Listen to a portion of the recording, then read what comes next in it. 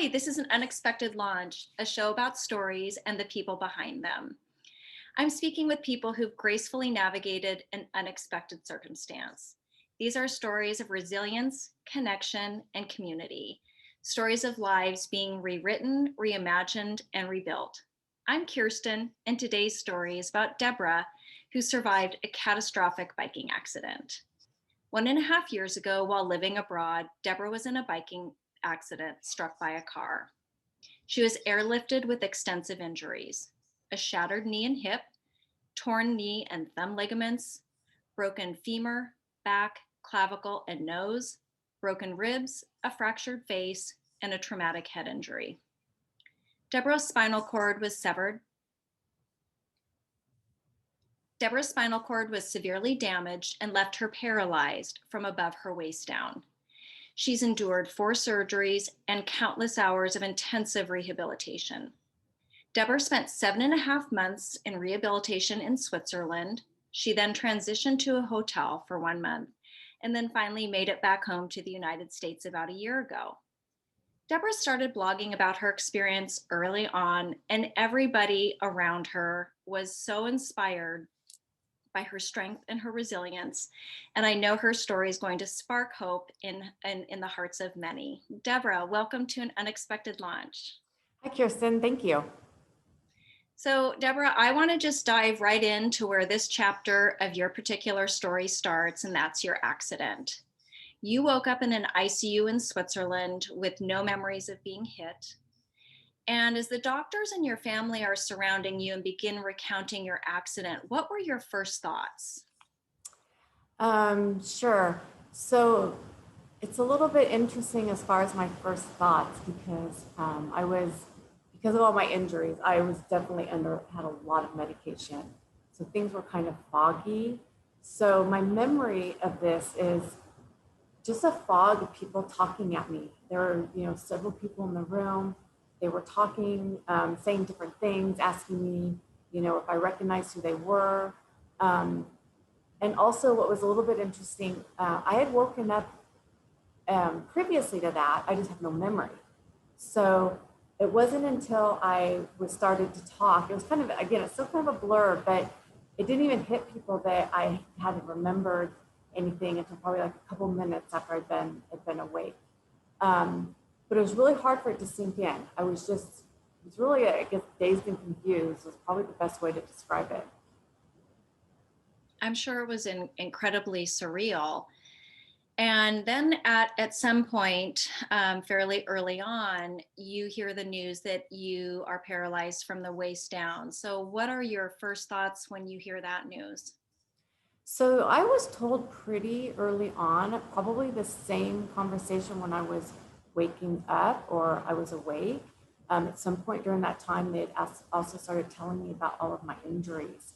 So when they had told me that I was, at that point in time, when they had told me that I was paralyzed and that I had, my spinal cord had been compressed, there was no diagnosis at that particular time. Like there were a lot of, we're not sure type of things. It's like you're paralyzed now. But so in my mind, I was like, okay, I'm broken. I have, we had a hard time talking. My face was bandaged. My nose was bandaged.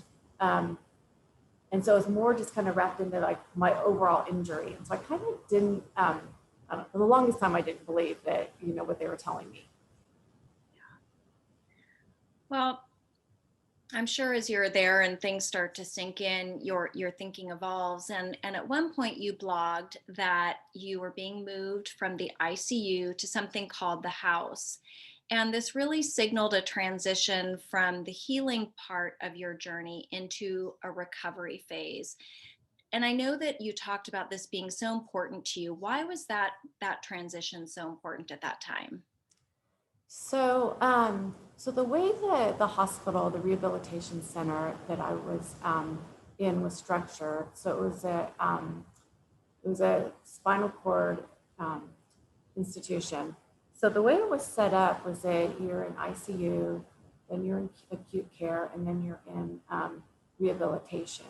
So for me, I'd been in ICU for about 2 weeks, and I was hooked up to a lot of equipment, couldn't sleep at night, had a lot of people in and out of my room, was really, really hectic. And when they were talking about going to what they called the house, was the acute care and the rehabilitation center. And so for me, it was like, okay, when I leave, I'm leaving ICU, now I'm going to get started toward recovery. So that's what was so exciting to me. It's like, now my recovery is actually going to start. I was going to be able to start physical therapy, and so it's just, at the time it was very exciting. And I think that the nursing team and doctors had also built it up to be like a really big, a big deal to be leaving ICU and going to the next part of my journey.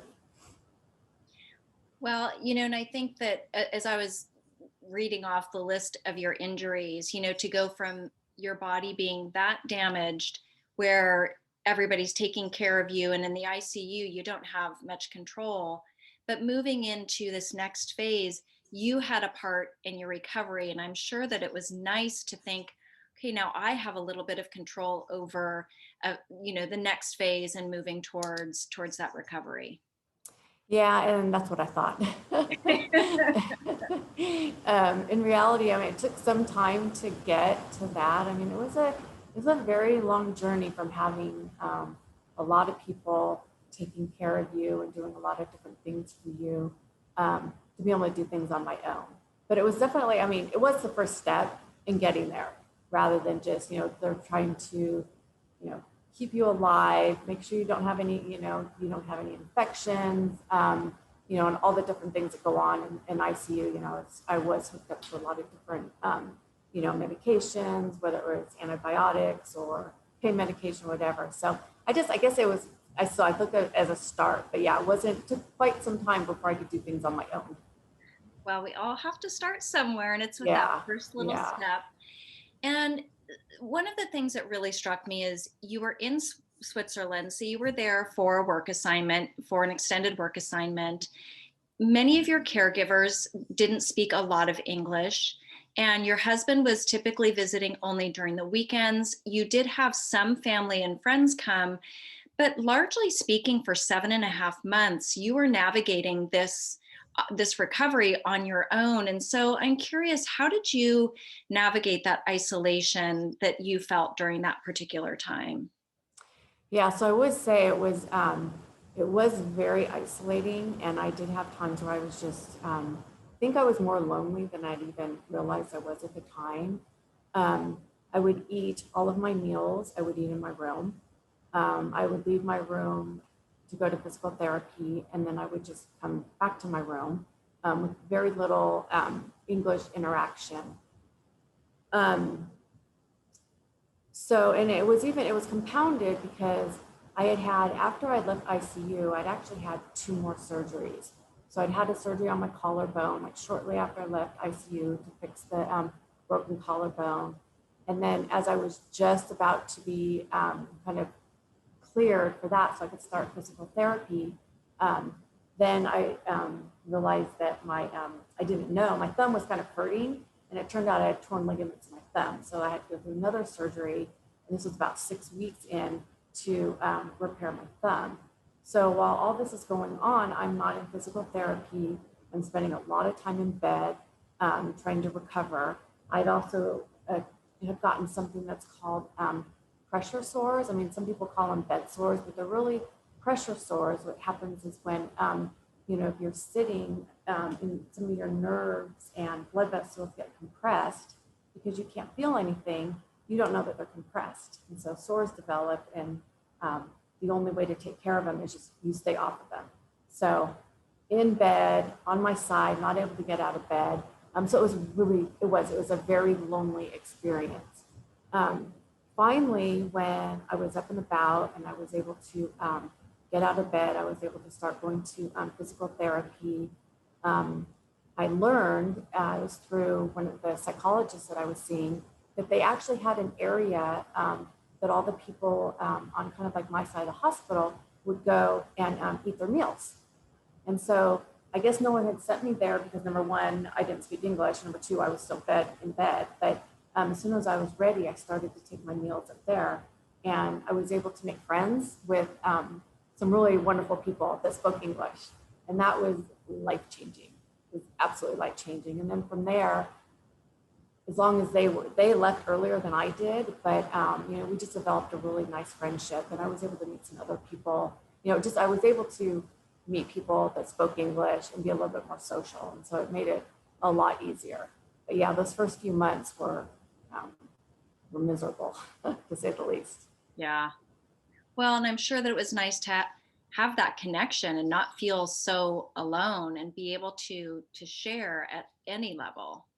Yeah, and I think the other thing is that the people I met, you hear the saying like minds attract. So the people I met were very similar minded as myself. They were professionals. They were very athletic. They like to travel. They're adventurous. So it was finding a group of people that I actually could connect with on a different level rather than just somebody who I spoke English with, because that doesn't feel great either. So So, a big part of your recovery was learning to use a wheelchair. And in the early days, this was very much a process. And in the very early days, it took a number of people to help you transition in and out. And not only that, it was incredibly painful for you.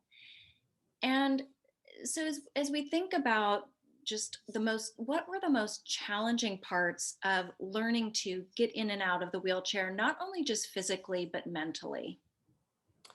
I think in the beginning, because of all of my injuries, and like you said, it was so painful to get in and out of a wheelchair. I think in the beginning, it was just psychologically, it was difficult because there was this fear. It's like, I know when I get, when they transfer me in my wheelchair, I'm going to be in a lot of pain. And I'm going to be in a lot of pain for several hours until I get back, get back into bed. So luckily that was, each day got a little bit better, a little bit better, a little bit better, to where it came to a point where it wasn't as painful. I didn't need 3 people to transfer me into a wheelchair. Slowly working towards that to 1 person, and then eventually be able to transfer on my own. So we would always say step by step. So it's very much a step-by-step process. But the milestones were, okay, now it only took 2 people to get me in a chair. And then the next milestone, now there's only 1 person. And the next milestone was, I could do it on my own using there's something that's called a transfer board.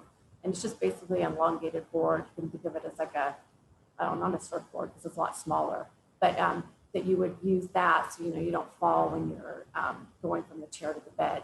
So I was doing it on my own in the transfer board, then doing it on my own. So it was step by step. At each phase just got to that much closer towards independence. And again, at that part we talked about a little bit earlier, having some control over your own body. That was like a huge step for to get to that. So tell us about the moment that you did the full transfer on your own. How did that feel? Oh my God, I was so excited. I was like, oh my God, I'm there. I'm transferring on my own. So I was really excited about that. It was scary too, just because it was, that fear of falling is real. And it's weird, like that, your adrenaline, like that fight or flight comes out of you. So it was a little bit scary, but yeah, it just felt so good. It's like, I can transfer on my own.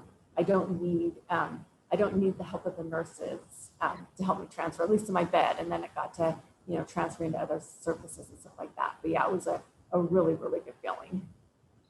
Well, so you're, over a year and a half out, and you have to feel so incredibly proud of just the incredible progress when you think back that, now that's probably something that you do almost without thinking about it, as compared to in the very beginning when it took all of those people. And that has to be, as you look back on how far you've come, that has to feel incredibly monumental. Yeah, it does. Because, sometimes I think my progress has been slow because you see your improvements like incremental. But yeah, looking back, it's like, wow, I really have made a lot of progress. I was reading some of my blogs and just reading day by day, week by week, like what was going on. when you look that far back, you realize, okay, yeah, I definitely have come a really long way. You know, someone who's broken to somebody who's now is, I mean, I can't live completely independent, but I do a lot of things on my own independently. Yeah, it's been phenomenal watching you from sort of day one and to today, and that's why I'm so happy that you are sharing your story, because I know that it hasn't been easy, but you've been so strong and such a ray of hope. So during therapy, when you were learning how to redo things, you were learning tasks that you took for granted before, taking a shower, getting yourself dressed, getting in and out of a car. And you shared a sample schedule when you were sharing your blogs. You would share a sample schedule of what your day included, and it was absolutely grueling and it was exhausting. And anybody who has not been through rehabilitation, it's like a full-time job. It is an 8-hour day where everything is scheduled. what how did you set your mindset that so that you could wake up each morning and be ready to tackle that kind of recovery? So from a mindset perspective, for me, I always just felt better and more psychologically and mentally healthy when I was busy. Doing nothing, like when had bed rest and I wasn't allowed to get out of bed, that's when I really started to have a lot of anxiety, to get sad, to start to think about things too much. So that was really, it was just more healthy for me to go, go, go, go, go. I really didn't like downtime. So that's how I was able to, pick myself up from the bootstraps and do it every day, even though it was exhausting. I just wanted to be tired. Yeah. And so what was it like for your recovery team to be teaching you things that you used to do without thinking about? So, so I think like my nurses, I mean, that was kind of their job, obviously, is to teach me things, just because there's your daily living things, you know, how to sit up, how to, brush your teeth, how to, brush your hair. And then there was the physical therapist that did, taught me things like getting stronger to try to, strengthen my core. Because I'm really paralyzed from kind of in between my waist and my chest down. And so what that means is you have no core. So even the simplest things like sitting up, you can't do because you're wobbly. Or again, like brushing your hair, if you have to lift your arm up, it actually takes core. Brushing your hair is okay, but if you want to brush your hair and put it back in a ponytail, you never realize, but that takes core. And I didn't have any core, so I couldn't do that. And I had a broken collarbone and torn ligaments in my thumb, which are difficult as well. So, so they were it's like every single thing was learning. Getting dressed when I was finally strong enough and recovered enough where I could turn my body a little bit in bed. Then they taught you how to get dressed in bed. But I tell you to be it's even if you're not paralyzed, to be able to change your clothes in bed is not easy. Or to be sitting in your chair. Like I still have a hard time if I'm just sitting in my chair trying to change my pants or something like that. I go into bed and do it because it's just easier. So you really took all those things, just all those little things you take for granted. To be able to, everything you do, you have to think about how are you going to do it. So it was really difficult. It would be frustrating. I'll be honest. It was very, very frustrating. Well, and I remember reading some of your blogs, you sort of alluded to this a little bit earlier, that progress felt slow. And of course it's going to be slow when you realize what your body was overcoming and recovering from. But of course we're all impatient and we want to get back to where we used to be. So how did you navigate that frustration when you knew that you had to just still continue to push forward? I'd have to remind myself step by step. I think one of the good things about being in the rehabilitative center there versus in the US, I would have gone home in probably 3 months, maybe 4 months. The good thing about being there for so long is that you have the opportunity to be around a lot of people that are going through the same thing. So, you don't want to really say misery loves company, but it does, because you see, okay, there's everybody here is in a similar boat where they're, obviously everyone injuries are a little bit different and how everyone responds or injuries are different, but, they are going through the same thing. So I think that helped a lot. We used to, one of the people that I had become friends with, she would always say, healing is slow. Every time we talk about like being frustrated, she's like, just remember, healing is slow. So it kind of became a mantra. Two of my mantras, one was step by step, and two, healing is slow. And I think that kind of just helped me develop, a little bit more patience to getting through that and just realize it's not going to come overnight. Yeah.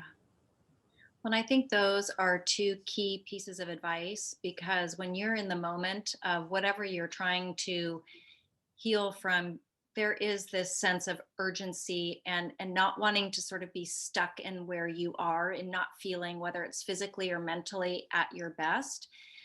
But it does take time. And Yeah. that is so hard to accept, and having that patience. And I do think that being around others who are in your situation, that also does help to remind yourself and cheer each other on. And Yeah, and I think with anything, with any situation, somebody that goes through, any type of hardship or trauma, it's just healing is slow. It can be mental healing, it can be emotional healing, it can be physical, it can be all of it, and it's just slow. You can't expect a change overnight. So that's one of the things I've just learned through this whole process, is to really be patient with myself, with others. It's hard though. yeah. I still get frustrated. I'm like, I should be doing this by now, and I'm not there yet. So I still tend to put a lot of pressure on myself, and do forget that it's going to take time. It's a journey, but yeah, that was helpful. The other thing, along those same lines is so the rehabilitative center was also, it was the headquarters for a lot of the Swiss para-national teams. So their paracycling team, they had an outside cycling track. So their cycling team raced there and trained there, and their basketball team raced there and trained there, and their rugby. And so you could see them actually in their elements training. But when they weren't training, they were hanging out in the kind of the restaurant cafeteria, like the main area where we would hang out. So I would look at them, I would look at their bodies and say, I'm going to be like that. That's what I want to look like. And that's how I was able to set goals, is to say, I don't want to be like that, because you see other people that just, you definitely do not want to connect to, that maybe are having more of a difficult time with their recovery or was more seriously injured. And I said, I'm not going to identify with them. I'm going to identify with these athletes that are really fit, that look really good. They just happen to be in a wheelchair.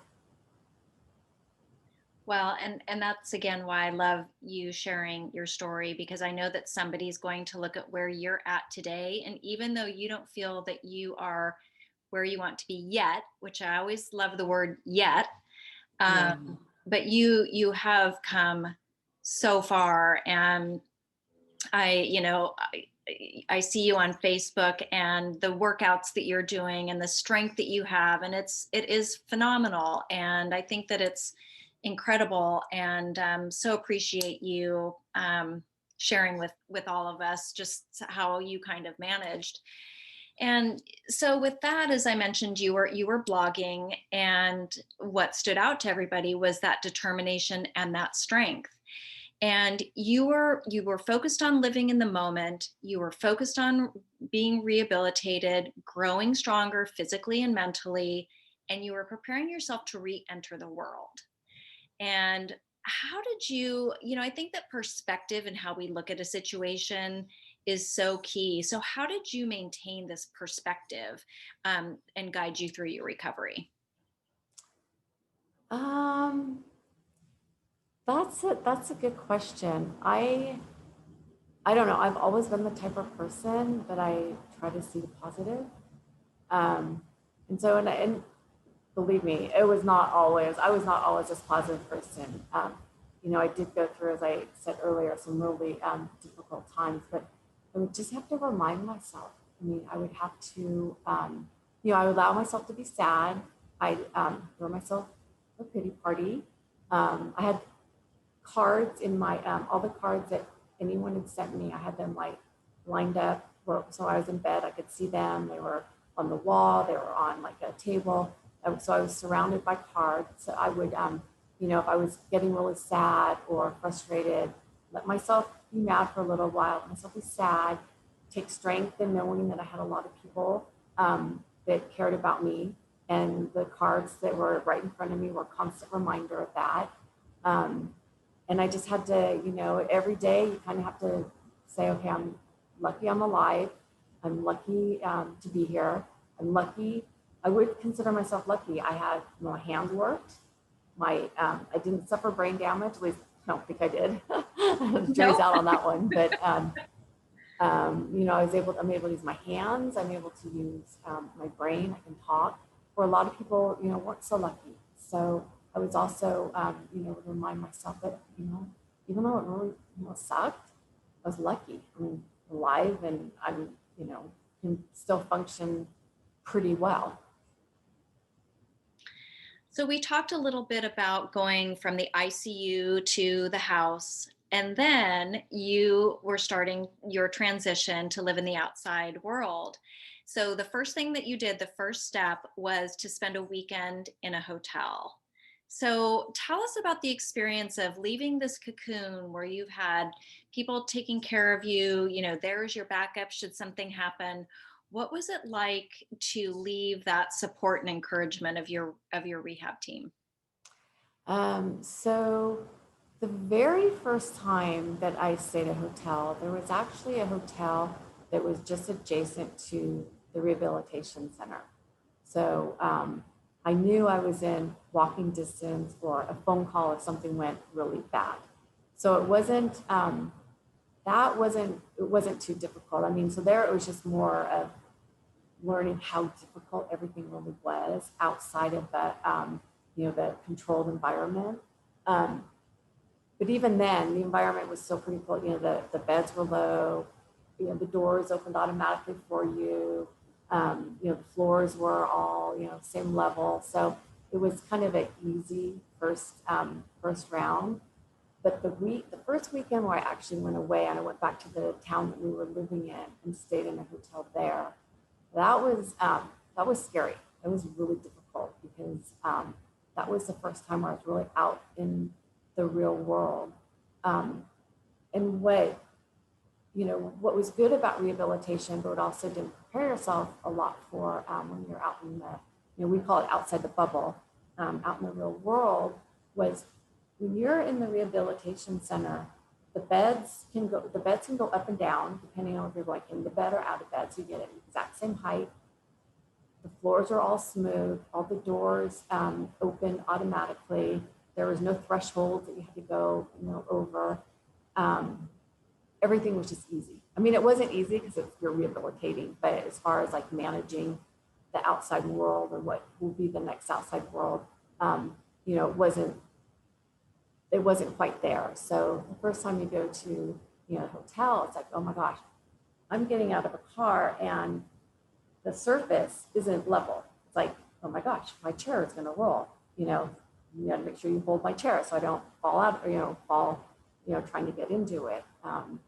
The same thing, you go to the hotel and the bed was really high. Like, oh my God, I'm not going to be able to get up into that bed, and so on and so on and so on. So it was really challenging. It just showed me how, even though I'd been in rehabilitation for quite some time, so how far I still had to go just to be able to live in the real world. Well, and again, it's things that many of us take for granted: uneven surfaces, doors opening, heights of seating surfaces. It's things that you had never had to give a moment's thought to before that now they are front and center and really things that are impacting every single thing that you do. Yeah. And it was, And even too, as far as like getting, so that was more, that was the physical environment. And there were things like if something falls on the ground, well, I had nurses. If I needed something that I couldn't reach, I would just call a nurse and a nurse would come in.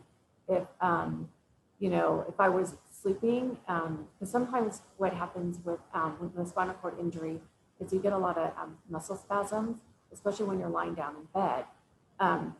So if I had like a lot of muscle spasms, if I'm in the rehabilitation center, I'd call the nurse to come in and she would help reposition my body so that, to minimize that. And I might have to do that 2 or 3 times a night.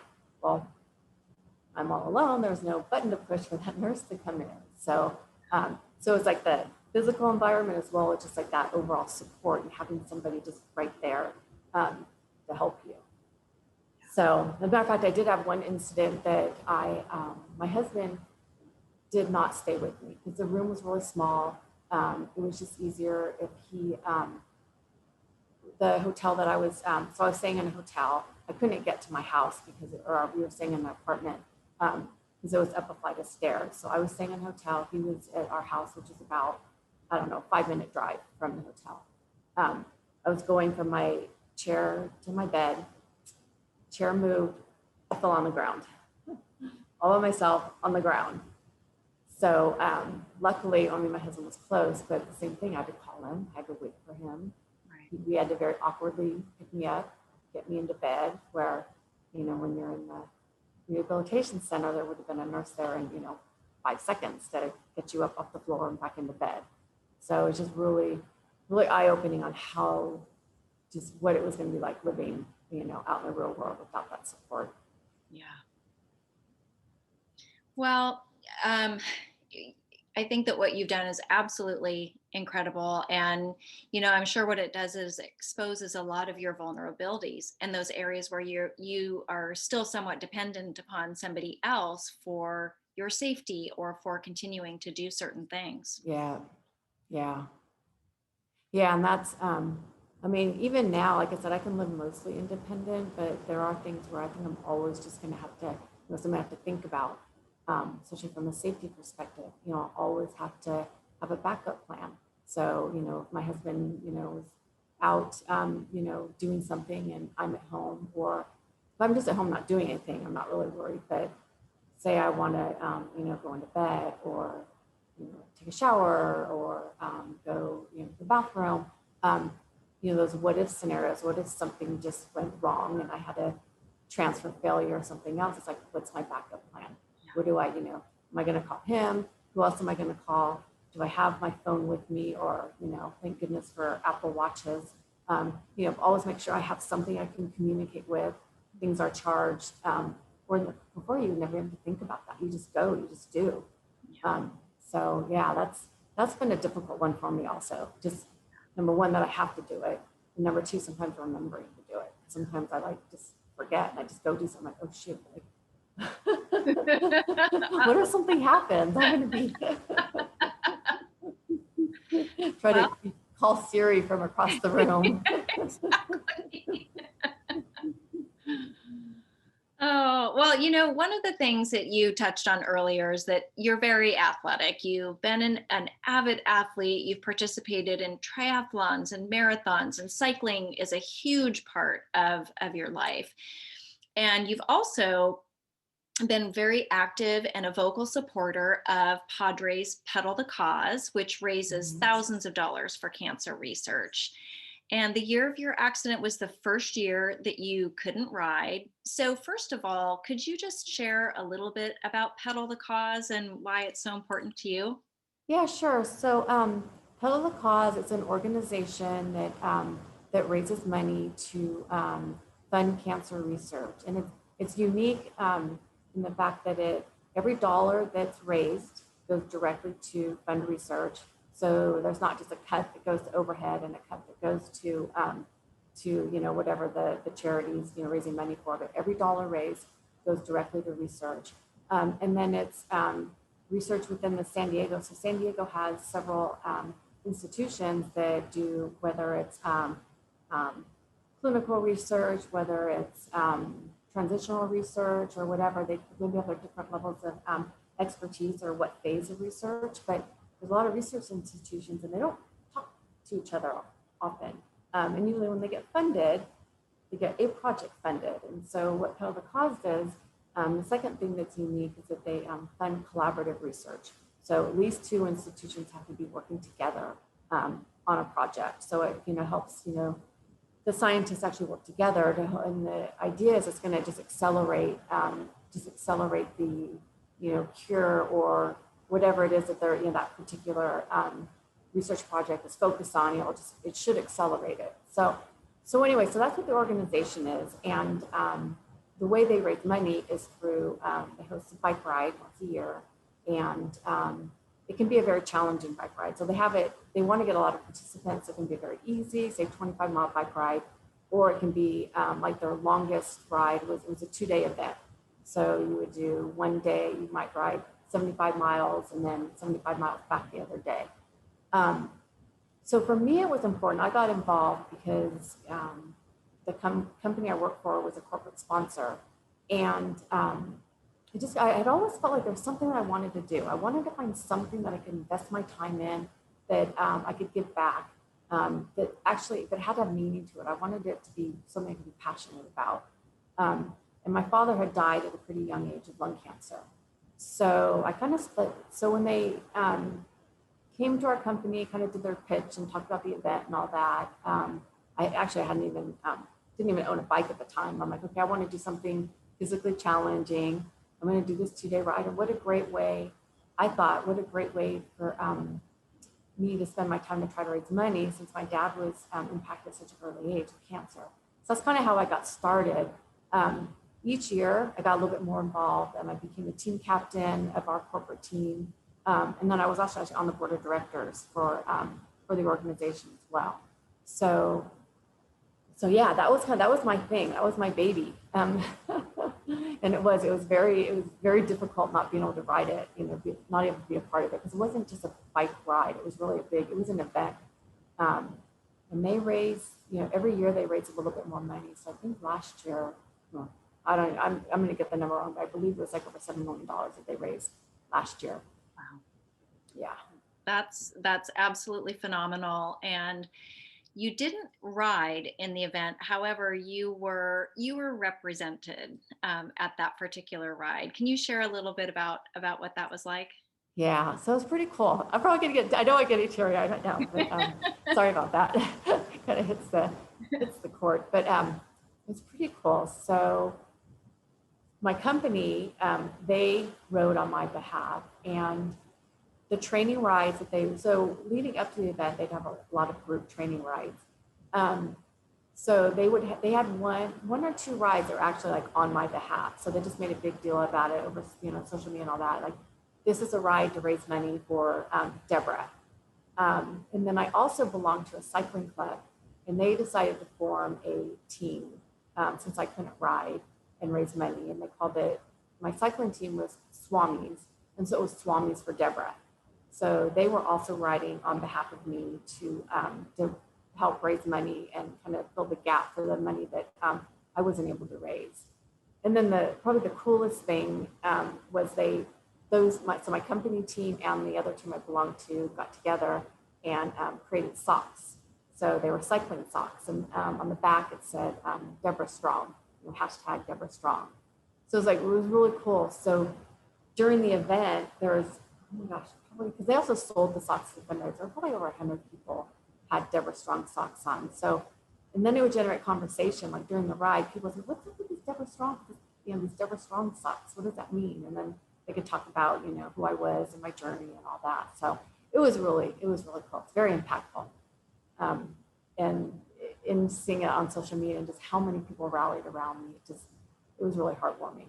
It was incredible. I loved seeing it from afar, and loved seeing all of the support, not only for you, but also for Pedal the Cause, which is such an important cause. Yeah. So what is next for you in cycling? So what's next for me is I'm in the process of purchasing a hand cycle. I haven't pulled the trigger and bought it yet, but I've been in the process of just doing the research and deciding like what I want. So I really want to get a hand cycle and start training, get back into cycling. little bit differently, but I can still, be back with the cycling, whether it's paracycling or even, some of my friends if they want to take me out on a ride. So that's what's next for me. Pedal the Cause is having a virtual event in May. So I'm hoping that I'm going to be able to ride in that.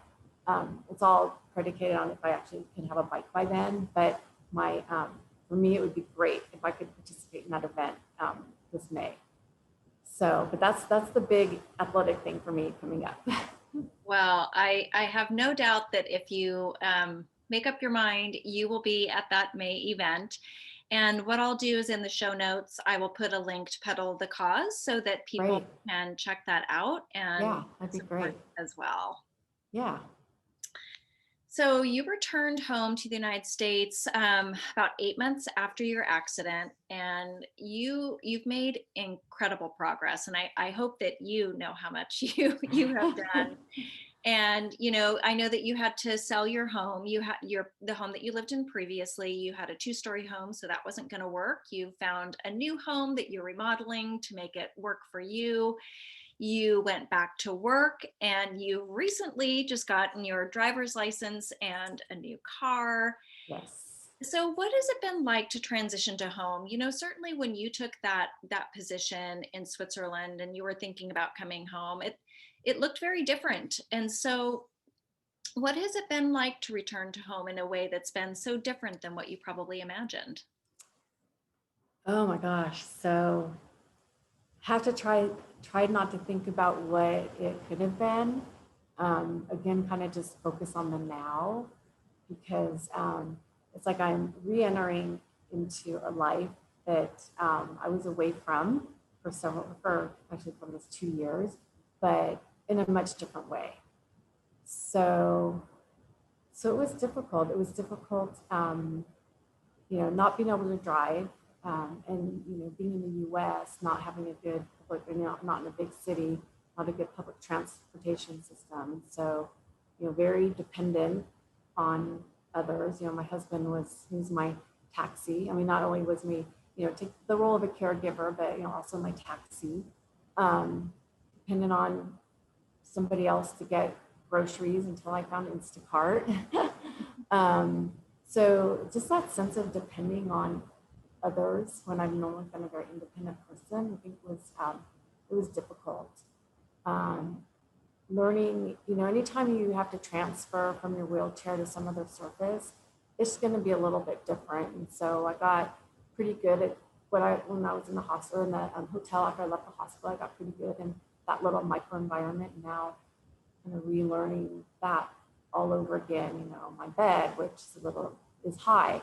The toilet's a little bit different. I mean, everything is just a new set of challenges. So, again, it was taking it day by day, step by step, but and trying to think of, okay, this is what I want to tackle next. This is what I need to get good at. And I guess the last thing that was really hard was that in Switzerland, it was a one-stop shop for your medical care. I mean, even when I left the rehabilitation center, they had me on schedule to come back for the first year every 3 months. The second year, once every 6 months, and then every other year, you go back once a year and do all the doctors, if that's what you want, are there. And here it's getting a primary care physician, getting someone, a spinal cord specialist, getting a urologist, getting into physical therapy. But yeah, and then COVID. So even though I had, things lined up, couldn't get into those unless it was, more of medical necessity. So navigating through, finding all my therapists and doctors and establishing them it was a lot of work. And there were just things that, I didn't know. I just going at it just from a blank sheet of paper. So that was challenging also. A lot of mental energy. Well, yeah, what on top of having a very so much physical work to do as well. I mean, that is a lot to recover from. And one of the things that you just alluded to is that your husband becomes your caregiver. And so when something happens, whether it's a traumatic accident or a loss, it doesn't just impact the one person, it impacts their family.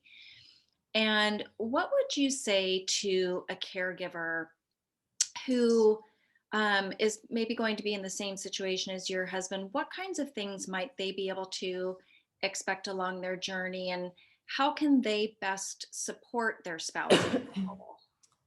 Um, so I think it's difficult, and I think it's going to be different in every situation, depending on the level of care that's needed, the personality of the person that, needs the care.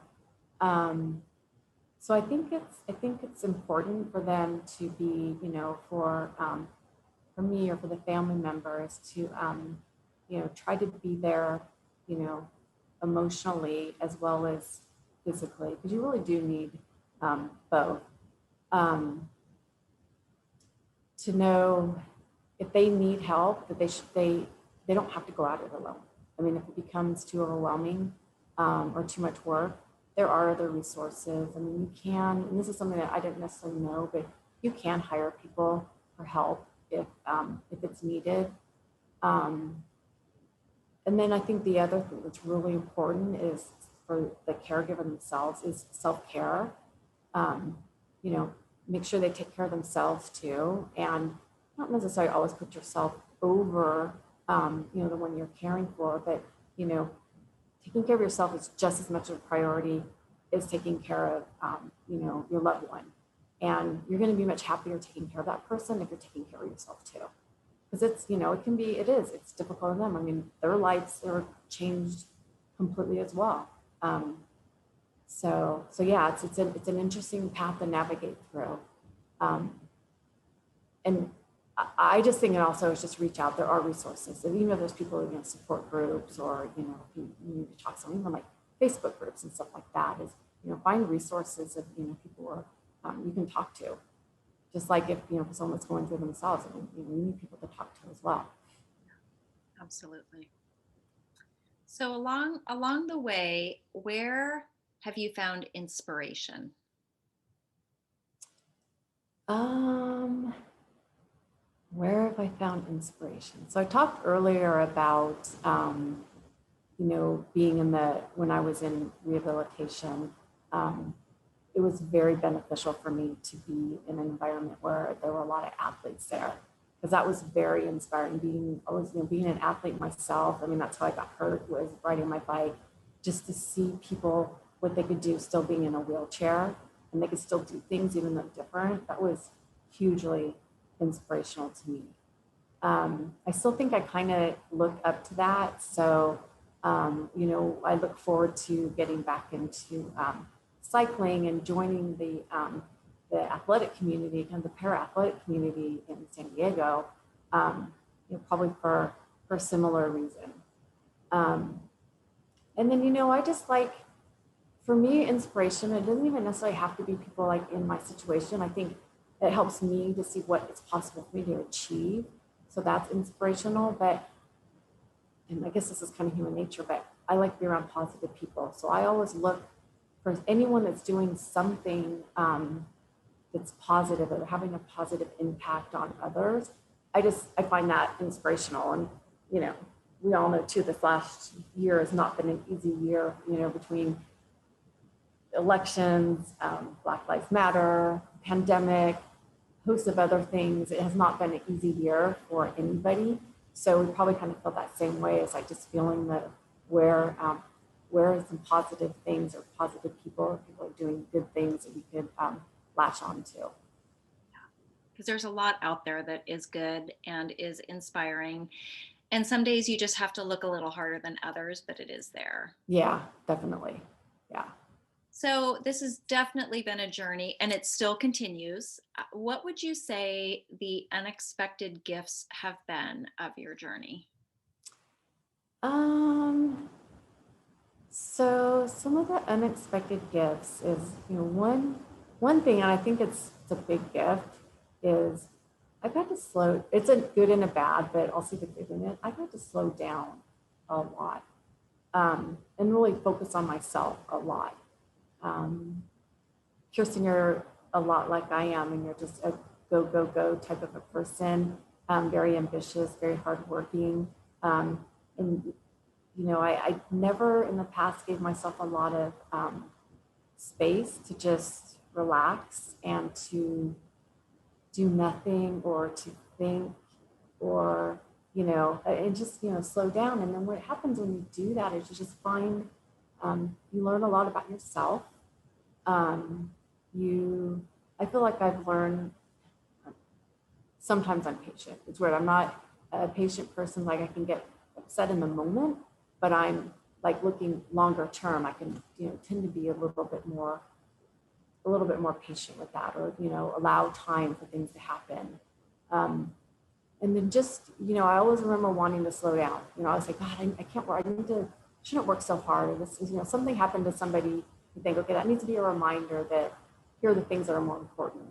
And I think that's one of the unexpected things that's come up here is actually do have the time to actually focus on the things that are really important. It's not, it really can't be, because it can't all be about my career right now. It's not all about my career. And then that allows you to, friends, family, health, all of that becomes just, you're able to focus on that. So I think that's been probably the biggest gift. I love that. And I'm alive. Yes, that's for sure. And beautifully and vibrantly alive. And so Debra, what is your greatest hope? So my greatest hope for me is that there is, whether it's through technology or just medical advancements or both, that I'll be walking. I mean, that's really my greatest hope. And it doesn't have to necessarily be walking the way I used to be walking. It may be something where I'm not walking 100% of the time, but where I can stand and I can walk. So I think that's my greatest hope. Well, it's my hope that this comes true, and like you say, in some form. Debra, it's been such an honor to have you share your story with me today. I'm so appreciative. Is there anything that we haven't talked about that you would like people to know? So, no, I guess that the one thing, and hopefully it's something that people got out of this podcast, and it applies to not just me or my situation, but I think it can apply across any, there's a common thread in, your podcast that you do, or, people that have gone through something that's, that's been traumatic in their life, and, it can get better and it will get better. It doesn't always happen naturally. You may have to work for it to get better, but I think just knowing that, the situation that you're currently in, that's not going to be the permanent situation. Change is going to happen, and things, so you have to accept, your situation, but things will get better. Well, that is a perfect place to end. Thank you, Debra. Thank you, Kirsten. Thank you all for listening. Please rate, review, subscribe, and tell a friend about an unexpected launch.